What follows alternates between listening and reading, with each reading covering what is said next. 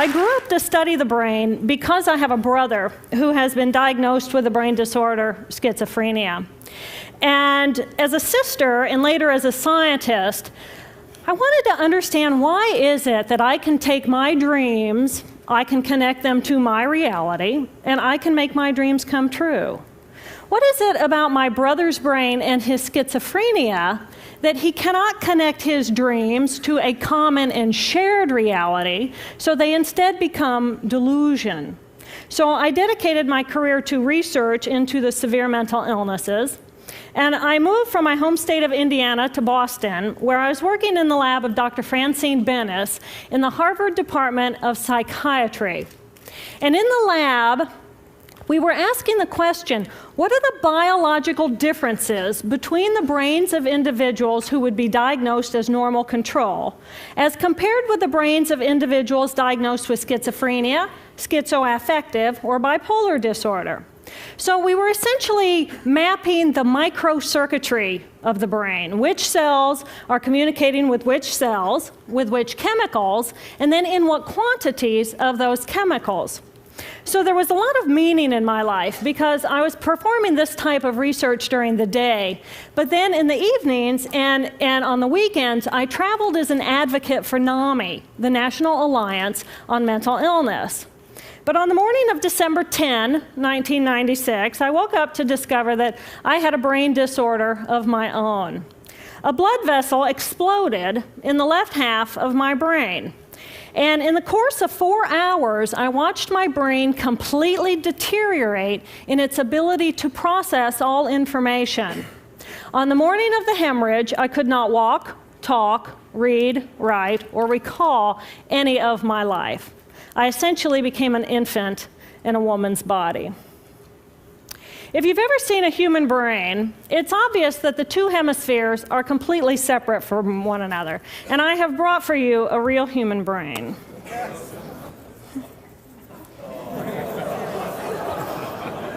Thank you. So this is a real human brain.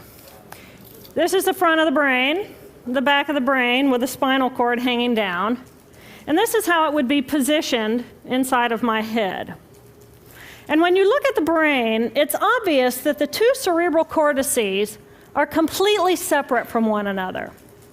For those of you who understand computers, our right hemisphere functions like a parallel processor, while our left hemisphere functions like a serial processor.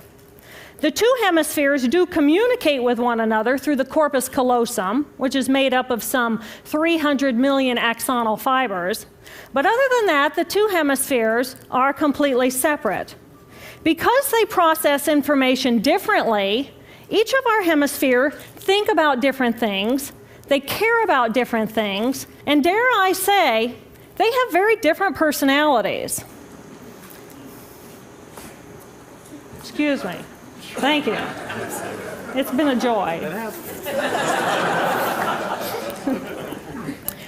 Our right human hemisphere is all about this present moment. It's all about right here, right now. Our right hemisphere, it thinks in pictures, and it learns kinesthetically through the movement of our bodies. Information in the form of energy streams in simultaneously through all of our sensory systems, and then it explodes into this enormous collage of what this present moment looks like, what this present moment smells like and tastes like, what it feels like, and what it sounds like. I am an energy being connected to the energy all around me through the consciousness of my right hemisphere. We are energy beings connected to one another through the consciousness of our right hemispheres as one human family. And right here, right now, we are brothers and sisters on this planet, here to make the world a better place.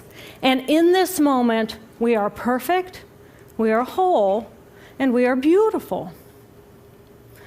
My left hemisphere, our left hemisphere, is a very different place. Our left hemisphere thinks linearly and methodically. Our left hemisphere is all about the past, and it's all about the future. Our left hemisphere is designed to take that enormous collage of the present moment and start picking out details, and more details about those details. It then categorizes and organizes all that information, associates it with everything in the past we've ever learned, and projects into the future all of our possibilities. And our left hemisphere thinks in language. It's that ongoing brain chatter that connects me and my internal world to my external world. It's that little voice that says to me, hey, you got to remember to pick up bananas on your way home. I need them in the morning. It's that calculating intelligence that reminds me when I have to do my laundry. But perhaps most important, it's that little voice that says to me, I am. I am. And as soon as my left hemisphere says to me, I am, I become separate. I become a single, solid individual, separate from the energy flow around me and separate from you. And this is a portion of my brain that I lost on the morning of my stroke. On the morning of the stroke, I woke up to a pounding pain behind my left eye. And it was the kind of pain, caustic pain, that you get when you bite into ice cream. And it just gripped me, and then it released me. And then it just gripped me, and then it released me. And it was very unusual for me to ever experience any kind of pain, so I thought, okay, I'll just start my normal routine. So I got up and I jumped onto my cardio glider, which is a full body, full exercise machine. And I'm jamming away on this thing, and I'm realizing that my hands look like primitive claws grasping onto the bar. And I thought, that's very peculiar. And I looked down at my body, and I thought, whoa, I am a weird-looking thing. And it was as though my consciousness had shifted away from my normal perception of reality, where I'm the person on the machine having the experience, to some esoteric space where I'm witnessing myself having this experience.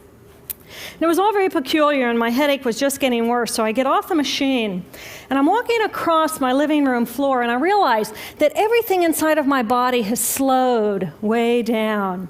And every step is very rigid and very deliberate. There's no fluidity to my pace, and there's this constriction in my area of perception, so I'm just focused on internal systems.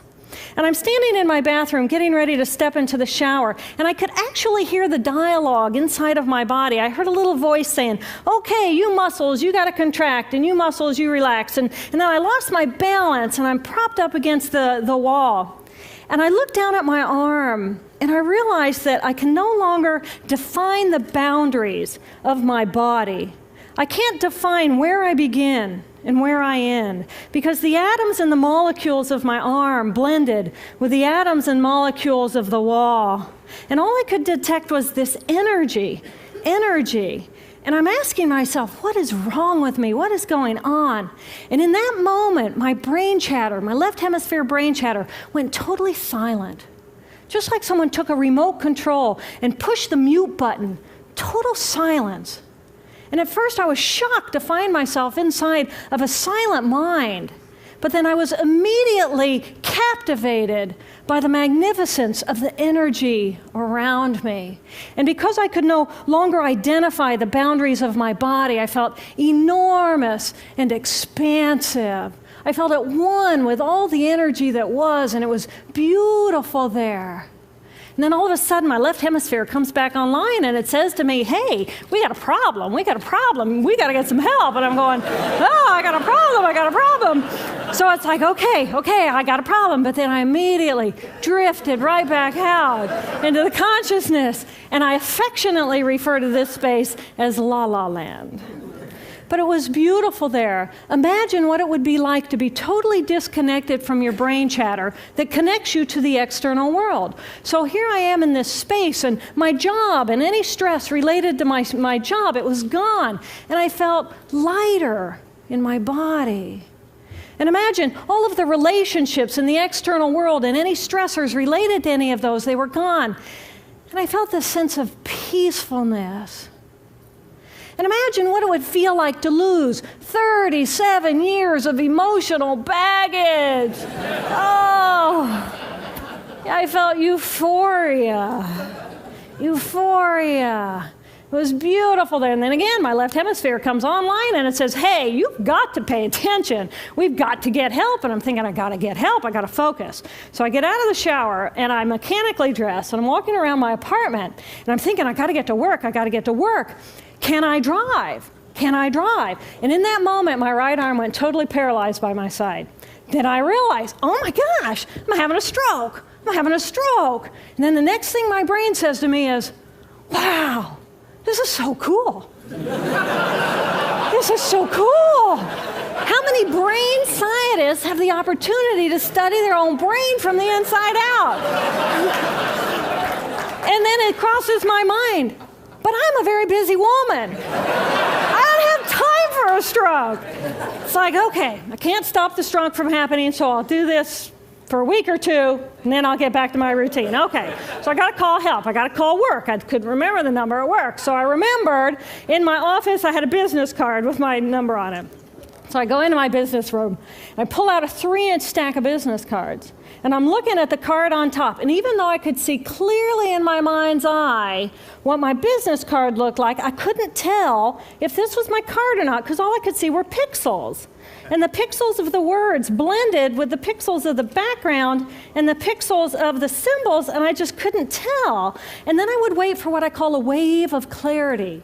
And in that moment, I would be able to reattach to normal reality. And I could tell, that's not the card, that's not the card, that's not the card. It took me 45 minutes to get 1 inch down inside of that stack of cards. In the meantime, for 45 minutes, the hemorrhage is getting bigger in my left hemisphere. I do not understand numbers. I do not understand a telephone, but it's the only plan I have. So I take the phone pad and I put it right here. I take the business card, I put it right here, and I'm matching the shape of the squiggles on the card to the shape of the squiggles on the phone pad. But then I would drift back out into la la land and not remember if when I come back if I'd already dialed those numbers.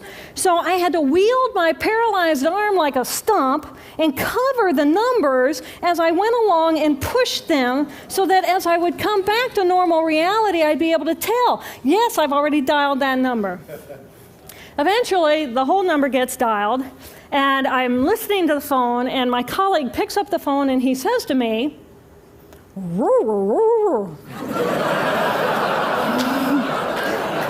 I think to myself, oh my gosh, he sounds like a golden retriever.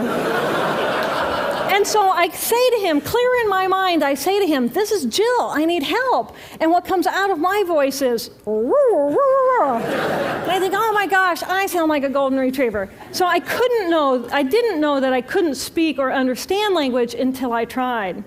So he recognizes that I need help, and he gets me help.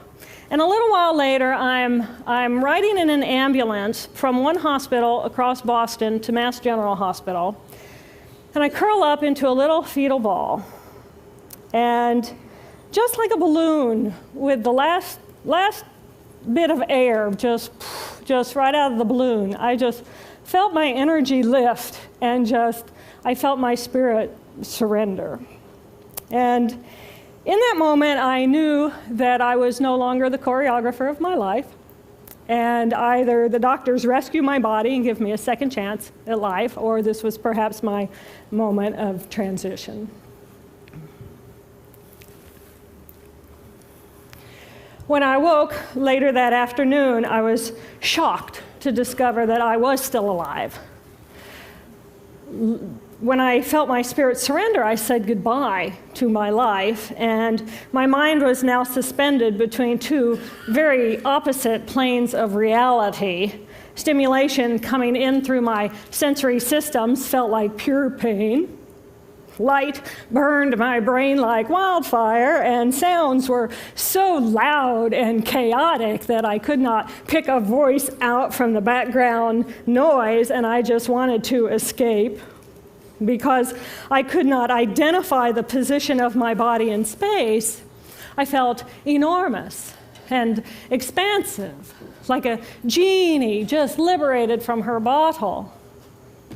And my spirit soared free like a great whale gliding through a sea of silent euphoria. nirvana. I found nirvana. And I remember thinking there's no way I would ever be able to squeeze the enormousness of myself back inside this tiny little body. But then I realized, but I'm still alive. I'm still alive, and I have found nirvana. And if I have found nirvana and I'm still alive, then everyone who is alive can find nirvana. And I pictured a world filled with beautiful, peaceful, compassionate, loving people who knew that they could come to this space at any time and that they could purposely choose to step to the right of their left hemispheres and find this peace. And then I realized what a tremendous gift this experience could be. What a stroke of insight this could be to how we live our lives. And it motivated me to recover. 2.5 weeks after the hemorrhage, the surgeons went in and they removed a blood clot the size of a golf ball that was pushing on my language centers. Here I am with my mama, who's a true angel in my life. It took me 8 years to completely recover. So, who are we? We are the life force power of the universe with manual dexterity and 2 cognitive minds. And we have the power to choose moment by moment who and how we want to be in the world. Right here, right now, I can step into the consciousness of my right hemisphere where I am the life force power of the universe. I am the life force power of the 50 trillion beautiful molecular geniuses that make up my form, at one with all that is. Or I can choose to step into the consciousness of my left hemisphere, where I become a single individual, a solid, separate from the flow, separate from you. I am Dr. Jill Bolte Taylor, intellectual, neuroanatomist. These are the we inside of me. Which would you choose? Which do you choose? And when? I believe that the more time we spend choosing to run the deep inner peace circuitry of our right hemispheres, the more peace we will project into the world, and the more peaceful our planet will be. And I thought that was an idea worth spreading. Thank you.